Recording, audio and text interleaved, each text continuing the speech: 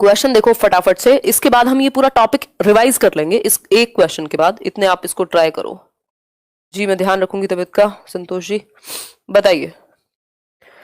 बहुत बढ़िया। तो जेंडर क्या है? जेंडर इज ए और एन। जेंडर यानी जेंडर, यहां हिंदी में प्रॉब्लम है, याद रखिएगा इसको, टर्म को आप इंग्लिश में याद रखिएगा। जेंडर या लिंग भी लिख के वो दे सकता है हिंदी में। एक चीज है, आप दो शब्द पढ़ते हैं, सेक्स और जेंडर। अगर मैं बात करूं यहां तो हिंदी में ज्यादातर समय जब अनुवाद करेंगे तो लिंग ही लिखा मिलेगा दोनों साइड। लेकिन आप क्या करेंगे, यदि आप हिंदी मीडियम से हैं तो इंग्लिश मीडियम वाली साइड झांक के देख लेंगे, क्योंकि बाइलिंगुअल होता है लगभग हर एक पेपर, के सेक्स लिखा है या जेंडर लिखा है। यदि सेक्स लिखा हो तो आप कहेंगे ये जैविक संरचना है, यानी ये बायोलॉजी के हिसाब से है, हमारी बायोलॉजिकल है कि संरचना कैसी है किसी एक शरीर की, तो वो मेल होगा या फीमेल होगा। लेकिन अगर बात जेंडर की है तो ये समाज ने कंस्ट्रक्ट किया है, एक सोशल कंस्ट्रक्ट है, और ये समाज ने रूल्स भी निर्धारित किए हैं, बाकी सारी चीजें भी।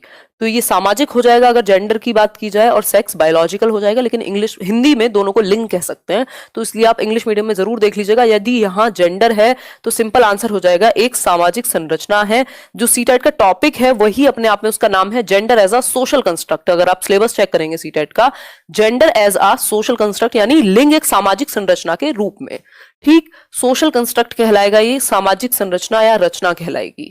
बायोलॉजिकल डिटर्मिनेंट, जो जैसी हमारी बायोलॉजी है, जैसे हम जैविक रूप से बने हैं, उसको हम सेक्स कहते हैं। इंग्लिश की बात कर रहे हो, है ना?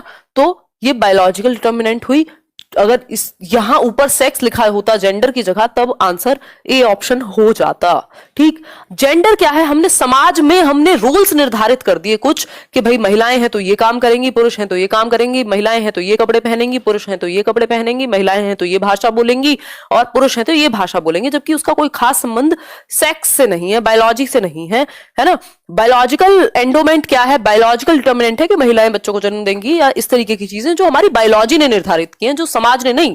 खाना कोई भी बना सकता है, ये बिल्कुल एक सोशल कंस्ट्रक्ट है कि खाना सिर्फ महिलाएं बनाएं घर में। ये क्या हुआ, एक जेंडर की बात हुई, यानी सामाजिक रचना हुई, सामाजिक संरचना हुई। ठीक, क्लियर हो गई बात? भेदभाव कभी नहीं करना जेंडर में। आपको जेंडर पैरिटी यानी समता का ध्यान रखना है, जेंडर पैरिटी का इस्तेमाल करना है एक शिक्षक को, है ना? जेंडर बायसनेस क्या होती है? बायसनेस होती है जब आप पक्षपात करें, किसी भी एक तरफ झुकें। जेंडर स्टीरियोटाइपिंग क्या होती है? ये तीनों शब्द मैं क्लियर कर देती हूँ। स्टीरियोटाइपिंग क्या है? यानी रूढ़िबद्धता, जो समाज में परंपराएं चली आ रही हैं, यदि आप उनको ही मान ले रहे हैं कि लड़के रोते नहीं हैं, तो ये जेंडर रूढ़िबद्धता हुई। इमोशन सभी में होते हैं, रो कोई भी सकता है। ठीक हो गई बात? और बात रही आपकी बायसनेस की, तो बायसनेस तो किसी भी तरफ झुकना। अगर आप ये कहें कि नहीं लड़कों की जिंदगी तो बिल्कुल आसान है और उनको कोई चैलेंज नहीं है, तो ये भी बायसनेस है। और आप लड़कियों को दबा के रखें, वो भी बायसनेस है। मतलब किसी भी एक तरफ जैसे ही आप झुके ना, तो वो बायसनेस हो गई। ठीक हो गई बात? आगे बढ़ेंगे। तो आपको बायसनेस से, स्टीरियोटाइपिंग से पैरिटी की तरफ, इक्वालिटी की तरफ जाना है, समता की तरफ जाना है। जब जिसको जिस चीज की जरूरत है उसके प्रति संवेदनशील रहें। क्वेश्चन नंबर 2 देखेंगे इसी बात पे। देखिए सर, क्वेश्चन नंबर 2 देखिए आप, और पढ़िए एक बार क्वेश्चन नंबर 2 को। मैंने थोड़ा सा इंट्रोडक्शन आपको दे दिया है, देखिए एक बार। Are gender roles through all of the following except, यानी कि जो बच्चे हैं ये जेंडर रोल धारण कहां से करते हैं? बच्चा पैदा तो नहीं होता ये सोच के कि भाई मुझे साड़ी ही पहननी है, मुझे झाड़ू ही लगानी है। कोई भी बच्चा हो चाहे, उसे थोड़ी पता है, ये तो आपने समाज में सिखाया उसे। तो बच्चे किस चीज को छोड़कर अन्य सभी के द्वारा लिंग भूमिकाएं ग्रहण करते हैं? मतलब सोशल रोल या जेंडर रोल जो आते हैं वो किस एक चीज के थ्रू नहीं आते। एक्सेप्ट का मतलब है किस एक चीज को छोड़ के, नॉट, है ना? तो इसको क्वेश्चन को पढ़ के ध्यान से आंसर करेंगे, नहीं तो गलतियां हो सकती हैं। तो इसका आंसर मीडिया, मीडिया से तो आते हैं, इसमें लिखा है एक्सेप्ट। कौन सी एक चीज? देखो जेंडर रोल्स आते कहां हैं? समाज से, परिवार से, मीडिया से, पीयर से। जो सोशलाइजेशन में काम करते हैं ना हमारे, वही जेंडर रोल्स में भी काम करते हैं। जेंडर भी तो समाज की ही एक संरचना है, तो सोशलाइजेशन का हिस्सा ही है एक तरीके से, जेंडर जुड़ा हुआ कॉन्सेप्ट है। तो मीडिया के द्वारा बिल्कुल आप देख रहे हैं सास बहू की लड़ाइयां हो रही हैं, तो वही चीज एक्वायर की जा रही है। तो सोशल रोल्स हो गए, या कार्टून देख रहे हैं बच्चे तो वो भी शिजुका की तरह बातें कर रहे हैं, तो ये मीडिया से भी आ सकता है। सोशलाइजेशन, सोशलाइजेशन यानी सामाजिकरण, बिल्कुल सामाजिकरण से भी आएगा, लेकिन हमसे पूछा है किससे नहीं आएगा। कल्चर, बिल्कुल जिस कल्चर में जिस तरीके की संस्कृति है महिलाओं और पुरुषों के लिए, जैसे रोल बनाए गए हैं वैसा बच्चा उसको एक्वायर कर लेता है। लेकिन ट्यूटरिंग से, ट्यूशन पढ़ा के ट्यूशन नहीं दिया जाते कि ऐसे जेंडर रोल अपना लो। ट्यूशन से जेंडर रोल नहीं सीखते आप, ये कोई ट्यूशन नहीं दिया जाता कि चलिए मेल और फीमेल बन जाइए, इस चीज के लिए ट्यूशन ले लीजिए। ठीक है बात, तो आंसर रहेगा इसका डी ऑप्शन। आज होपफुली आपको क्लियर दिख रहा होगा, मैं आपका जो है कोई भी एक साइड नहीं छिपा रही होंगी। बताओ क्लियर है तो यस और नो, ऐसे लिखवाएं अगली बार से। आगे बढ़ते हैं नेक्स्ट क्वेश्चन की तरफ। हाँ, during classroom discussions a teacher often pays more attention to boys than girls. यानी जब कक्षा में बच्चों के साथ इंटरेक्शन करेगा टीचर है तो, अभी आप लोग मेरे सामने नहीं है, अदरवाइज मैं कभी कभी नाम लेती रहती हूँ, है ना। आगे की स्क्रीन ठीक कराएंगे, बार बार इधर गर्दन देखनी पड़ती है आपके कमेंट्स के लिए, है ना। तो अगर मैं बात करूं तो मैं नाम ले लेती हूँ बीच बीच में, मतलब ये इंटरेक्शन हुआ टीचर का लर्नर के साथ। इसी तरीके से जब क्लासरूम में बच्चे बैठे होते हैं तो बातें की जाती है, वहां पे नाम लेकर के डिस्कशन किया जाता है, डिस्कशन किया जाता है जनरली। यदि कोई एक शिक्षक है जो क्लासरूम में परिचर्चा होना तो बिल्कुल सार्थक सी बात है, अच्छी बात है, डिस्कशन तो होगा। ऐसा तो नहीं है कि टीचर रोबोट है, वो अपनी गा के चला गया और बच्चे सुनते रहेंगे, बातें तो होंगी, टीचर और स्टूडेंट के बीच में डिस्कशन होगा। तो ये जो डिस्कशन है, a teacher often pays more attention, इसमें क्या होता है, एक ऐसा शिक्षक है जो बॉयज को ज्यादा अटेंशन देता है, यानी बॉयज पे ध्यान ज्यादा है गर्ल्स की बजाय, यानी बॉयज से इंटरेक्शन ज्यादा है। इस चीज को, या ये किस चीज का एक एग्जाम्पल है, ये हमसे पूछा है। पहला ऑप्शन है जेंडर बायस, दूसरा ऑप्शन है जेंडर आइडेंटिटी, तीसरा ऑप्शन है जेंडर रेलिवेंस और लास्ट है जेंडर कॉन्स्टेंसी। आप लोग सभी आंसर कर रहे हैं जेंडर बायस, जो कि अपने आप में अच्छी बात है। देखो ज्यादातर ऑप्शंस में ये होगा कि जेंडर बायस या स्टीरियोटाइप में से कोई एक ऑप्शन देखने को मिलेगा, तब तो आपको दिक्कत नहीं होगी, आप ठीक कर जाएंगे, ठीक। लेकिन स्टीरियोटाइप और बायस यदि एक साथ मिल जाए तो जहां बात स्टीरियोटाइप की होगी, स्टीरियोटाइप यानी रूढ़िबद्धता, रूढ़िबद्धता या कह लीजिए जो परंपरा में चला आ रहा है, ट्रेडिशन में चला आ रहा है, उसको आपने मान लिया। दूसरी तरफ आपका बायस में आप किसी भी तरफ झुके हो सकते हैं, है ना, पक्षपात कह लीजिए, आप किसी भी तरफ आप झुके हो सकते हैं। लेकिन स्टीरियोटाइप में क्या होगा, जो चीजें पहले से समाज मानता आ रहा है कि महिलाओं को बाहर काम करने नहीं जाना चाहिए, या उनको आर्मी में नहीं जाना चाहिए, या उनको शादी करके जो है मेल के घर ही जाना चाहिए, ये तो खैर कल्चर का भी पार्ट है ऑब्वियसली। बट बायसनेस क्या है, बायसनेस किसी के भी प्रति हो सकती है। आप यदि ये सोच ले कि नहीं मेरे साथ गलत हुआ है एज अ फीमेल, तो मैं मेल जो भी, या मेरा जो बच्चा होगा जो कि लड़का होगा उसके साथ गलत करूंगी, या उसको दबा के रखूंगी, बेटी को ज्यादा हम वो करेंगे, तब भी क्या हुआ, बायसनेस हो गई। बायसनेस किसी के भी प्रति। लेकिन स्टीरियोटाइप जो पहले से चली आ रही हैं चीजें कि लड़के रोएंगे नहीं, लड़कियां स्पोर्ट्स में नहीं जाएंगी, जैसे कि एग्जांपल है एक बच्ची की दादी हैं जो कहती हैं कि तुम टूर पे नहीं जाओगी बाहर, ऐसा क्वेश्चन आया हुआ था क्योंकि हमारे घर में लड़कियां बाहर नहीं घूमती। तो ये रूढ़िबद्धता, ठीक, आसानी से आगे बढ़ेंगे। क्वेश्चन नंबर 4 देखिए एक बार। Society determines the role of male and female, this statement articulates. यानी समाज जो है वो निर्धारित करता है किसका रोल, महिलाओं और पुरुषों के। ये जो स्टेटमेंट है ये कैसा स्टेटमेंट है, इसका मतलब क्या है कि समाज पुरुष और महिलाओं की भूमिकाओं का निर्धारण करता है। यह कथन क्या दर्शाता है, इससे क्या पता लगेगा आपको पढ़ करके, बताइए। पहला ऑप्शन है gender as an inherent construct, मतलब ये अंतर्निहित है, मिली एंडोमेंट है। जेंडर क्या है, एक इंट्यूटिव कंस्ट्रक्ट है, यानी अंतर्ज्ञानी, या मतलब इंट्यूशन जैसा आपको फील हो जाए वैसा जेंडर बन गया। या फिर gender as a social construct, तो आपको पता है जेंडर क्या है, एक सामाजिक संरचना है। समाज यदि निर्धारित करे कि किसका रोल कैसा होगा, महिलाओं का रोल क्या होगा, पुरुषों का रोल क्या होगा समाज में, तो इसको हम कहेंगे समाज ने बनाया हुआ एक कंस्ट्रक्ट है जिसको हम जेंडर कह रहे हैं, सोशल कंस्ट्रक्ट है, सामाजिक संरचना को हम जेंडर कहते हैं। कोई अंतर्निहित या ऑटोमेटिक नहीं है, ये आनुवंशिकता से नहीं है, आनुवंशिकता से नहीं है बिल्कुल भी। अगर हम बात करते बायोलॉजी की तब वो सेक्स होता, जेंडर नहीं होता। ये गले में कुछ इन्फेक्शन हो गया, कुछ था उसमें, 2 दिन पी लिया और लगातार उसी रायते से कुछ गड़बड़ की है। देखो एक बार 5th क्वेश्चन देखो, 5th क्वेश्चन देखो, क्लियर है ना सब, बस बढ़िया है, कोई दिक्कत नहीं है, साफ दिख रहा है। चलिए बस साफ ही दिखना चाहिए, पेपर भी साफ ही दिखे आपको और आप अच्छा करके आए, ये ऐसी ही हमारी कामनाएं हैं। बताइए एक बार क्वेश्चन पढ़िए, बहुत ही बढ़िया, गजब किए हो भाई। लाइक शेयर भी कर दिया करो, 6300 लोग देख रहे हैं, 6300। Widely held beliefs about typified characteristics deemed appropriate for different sexes in the society are referred to as. मतलब समाज में विभिन्न लिंगों के लिए उपयुक्त मानी जाने वाली प्रारूपिक विशेषताओं के बारे में जन सामान्य की अवधारणाओं को क्या कहते हैं। बहुत ही अच्छा क्वेश्चन है। मतलब कि क्वेश्चन पूछा क्या है हमसे, ध्यान दिया आपने क्वेश्चन पे। क्वेश्चन ने पूछा है कि वाइडली हेल्ड बिलीफ्स, यानी ज्यादातर दुनिया में जिन बिलीफ्स को माना जाता है, जिन विश्वासों को, किसके बारे में, टाइपिफाइड कैरेक्टरिस्टिक्स। टाइपिफाइड मतलब टाइप कर दिए हैं मेल और फीमेल के साथ कि मेल्स ये रोल प्ले करेंगे, फीमेल्स ये रोल प्ले करेंगी। मेल है और नौकरी नहीं लगी तो बड़ी दुख की बात है, फीमेल है तो कोई बात नहीं, शादी तो कर ही देंगे। ये क्या हुआ, ये टाइपिफाइड कैरेक्टरिस्टिक है। ठीक, deemed appropriate for different sexes in the society, यानी कि अलग अलग सेक्स के लिए अलग अलग टाइपिफाइड रोल बना दिए गए हैं। ये जो दुनिया में माने जाने वाले बिलीफ्स हैं जो महिलाओं और पुरुषों के साथ जुड़ गए हैं, इनको आप क्या कहेंगे? तो इनको हम जेंडर डिस्क्रिमिनेशन कहना भी गलत होगा, इनको हम जेंडर स्टीरियोटाइप्स कह देंगे कि जो चली आ रही बातें हैं उन्हीं को आपने मान लिया है, तो ऐसे लोगों को हम रूढ़िबद्धताओं से जुड़ा हुआ मानेंगे। क्वेश्चन नंबर 6 देख लीजिए। Associating toys, articles of clothing, house hold items, occupations and colours with specific sex is a demonstration of, यानी खिलौने, पहनावे की वस्तुएं, मतलब घरेलू सामग्रियां, व्यवसायों एवं रंगों को विशिष्ट लिंग के साथ संबंधित करना क्या प्रदर्शित करता है।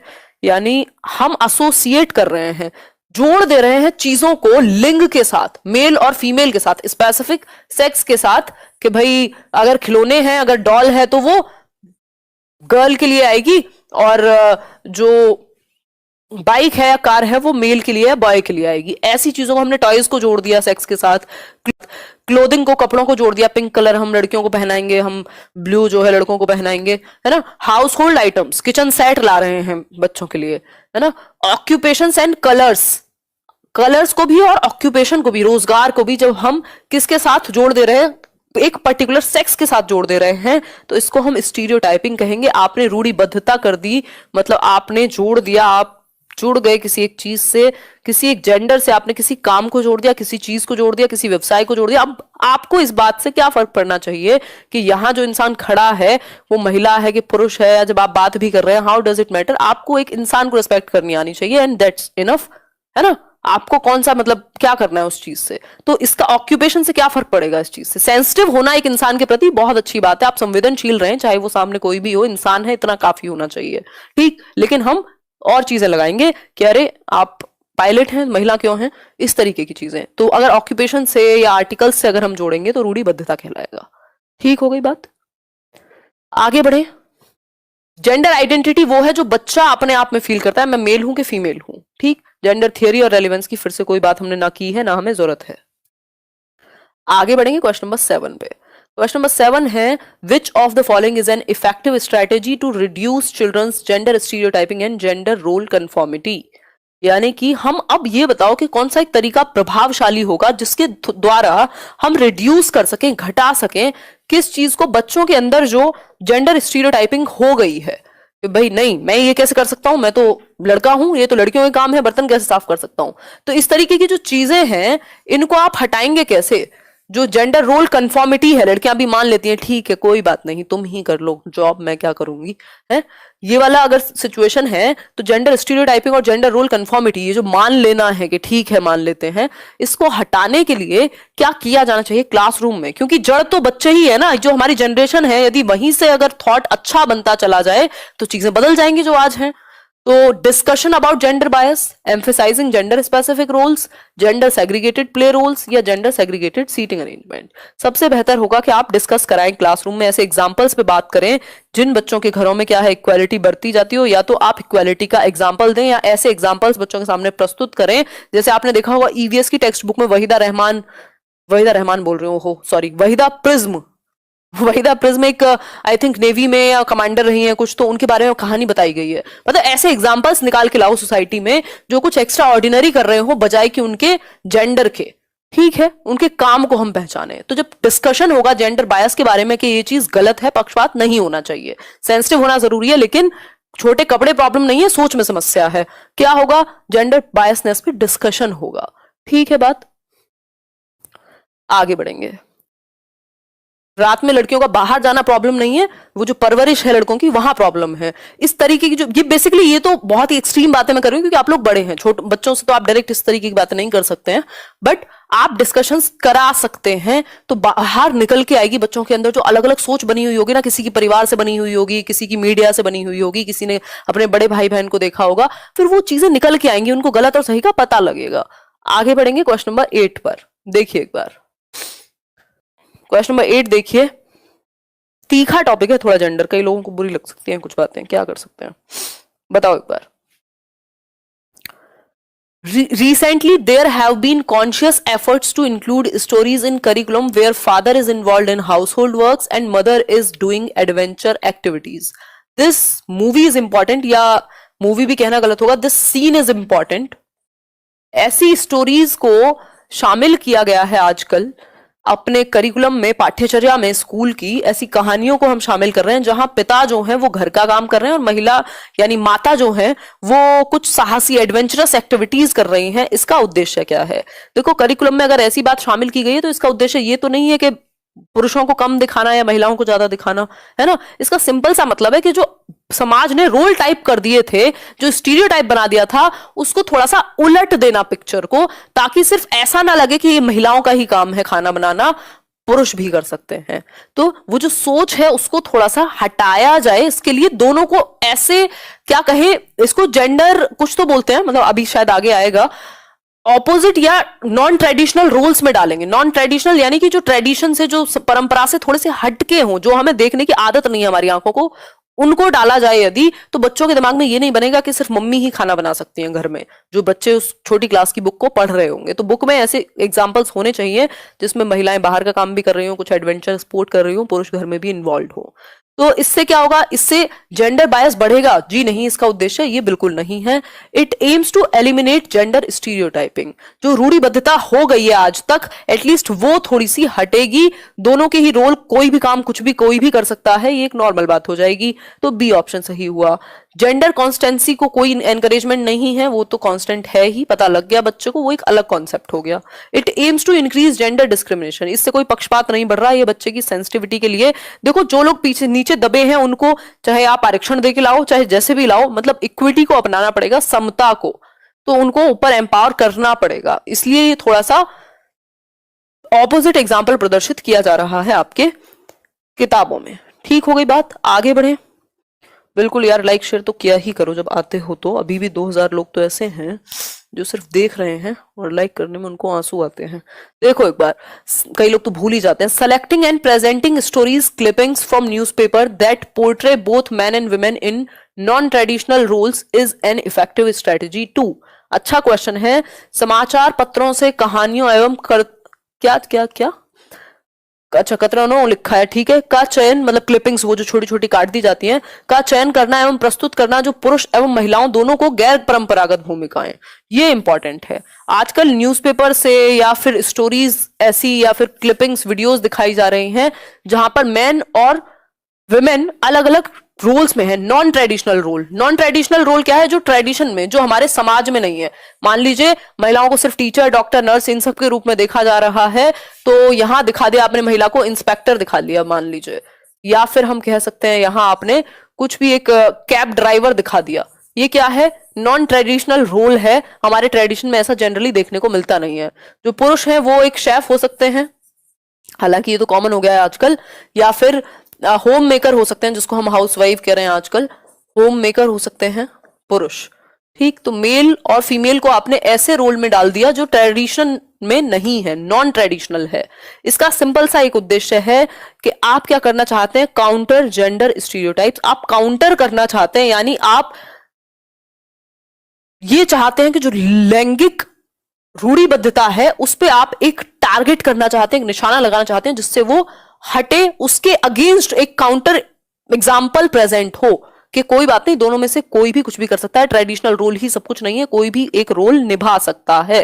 तो आंसर क्या होगा? D option. ऐसा नहीं है कि इससे स्टीरियोटाइपिंग प्रमोट हो रही है, इससे बस रोल आपने चेंज कर दिए। जो काम सिर्फ महिलाएं करती हुई दिखाई जा रही थी, अब वो पुरुष भी कर रहे हैं, दोनों मिलकर के काम कर रहे हैं। तो इससे आपने काउंटर कर दिया ऐसे एग्जाम्पल्स को जो जेंडर स्टीरियोटाइपिंग को शो करते थे। किताबों में दिखाया जाता था ना कि जो महिलाएं हैं वो बहुत ही कम काम करेंगी, वही जो आपका टाइम एंड वर्क वाले क्वेश्चंस में होता है, इवन दिखाया जाता है कि ज्यादा सेंसिटिव हैं, या बहुत सारी बुक्स में आप देख रहे हैं महिला है तो घर में किचन में खाना बना रही है, पापा जो है वो टीवी लेके बैठे हैं हाथ में, स्टोरीज में एडवर्टीजमेंट्स में देखे जाते हैं ऐसी चीजें। ठीक, नेक्स्ट है question number 10। Several research studies show that teachers have more overall interaction with boys than girls, यानी ऐसी बहुत सारी रिसर्च हैं जो ये दिखाती हैं कि लड़कों पे ज्यादा ध्यान दिया जाता है, लड़कों के साथ ज्यादा इंटरेक्शन होता है टीचर्स का क्लासरूम के अंदर बजाय के लड़कियों के, मतलब ज्यादा अटेंशन लड़कों को मिलती है। स्टीरियोटाइप बहुत तरह का हो सकता है, कास्ट से रिलेटेड भी हो सकता है। देखो एक बार, बहुत सारी स्टडीज ये दिखा रही हैं यदि कि लड़कों के साथ ज्यादा इंटरेक्शन है लड़कियों से, तो ये सिंपल बात है कि बायसनेस हो रही है, स्टीरियोटाइपिंग हो रही है। तो boys have much more academic capability, ये कहना हमेशा बेवकूफी होगी कि सिर्फ लड़कों में ही क्षमता है, लड़कियों से ज्यादा क्षमता है, बच्चों को ज्यादा, लड़कों को ज्यादा अटेंशन की जरूरत है, ये भी बात गलत होगी। This is an example of gender bias in teaching. शिक्षण में क्या है, पक्षपात हो रहा है, इसी का ये एग्जाम्पल है। क्योंकि जब लड़के और लड़कियां दोनों हैं और ये कह देना कि सिर्फ लड़कों के साथ इंटरेक्शन ज्यादा है, तो ये गलत होगा। यदि कोई रिसर्च ऐसा दिखाती है तो उसका सिंपल मतलब है कि बायसनेस है, पक्षपात है शिक्षण में। ठीक, तो आंसर क्या होगा, सी ऑप्शन। ठीक, ये कहना गलत है कि लड़के ज्यादा इंटेलिजेंट हैं या लड़कियों को मैनेज करना आसान है लड़कों से। जब आप सालों साल तक किसी को दबा के रखोगे समाज के ड्रामा बना के और हर चीज करके कि नहीं तुम्हें तो शांत रहना है, तुम तो कोमल हो, तुम तो बोलोगी तो ये हो जाएगा, तुम तो उल्टा जवाब नहीं दोगी, है ना, तो फिर तो ऑब्वियस हो जाएगा ना कि मैनेज करना आसान हो जाएगा। तो ये कोई फैक्ट नहीं है कि मैनेज करना आसान है। यदि कुछ लोगों के एक्सपीरियंस ये कह भी दें कि हाँ ऐसा जनरली होता है, लड़कियां तो आसानी से शांत हो जाती हैं, तो वो भी समाज का ही करा धरा है। ऐसा नहीं है कि उन्हें मजा करना बुरा लगता है या उनको शोर मचाने में कुछ समस्या हो रही है गले में, है ना। तो ऐसे फालतू ऑप्शंस को सही नहीं मानेंगे।